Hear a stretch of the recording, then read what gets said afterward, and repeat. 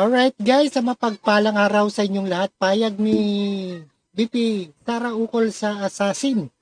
Ito ay nangangamba ang ating Pangulong Ferdinand Marcos Jr. Itinuturing na active threat sa buhay ng ating Pangulong Marcos.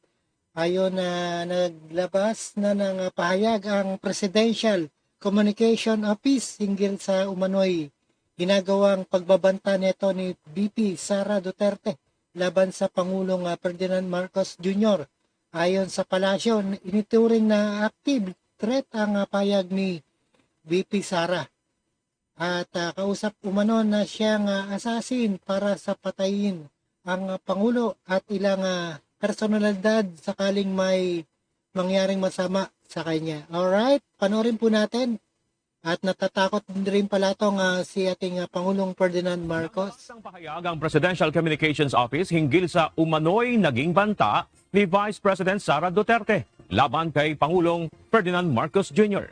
Ayon sa palasyo, itinuturing nito na active. Pero natatakot din si BP Sara, may pagbabanta rin. At siguro sila rin na vice versa. O seryosong banta sa buhay ng Pangulo ang naging pahayag ni BP Duterte.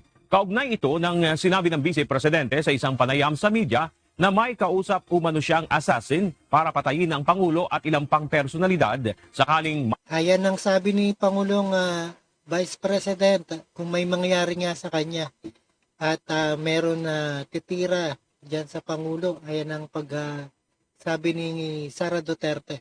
Ay mangyaring masama sa kanya. Ayon sa Malacanang, pinakikilos na nito ang Presidential Security Command para sa nararapat na aksyon at upang masiguro ang seguridad ni Pangulong Marcos. Alright, napakinggan at napanood po natin dito sa UNTV at maraming salamat at keep safe and healthy sa inyong lahat and peace out. Alright, thank you so much and don't forget to subscribe this channel, Rob Trip. Thank you guys.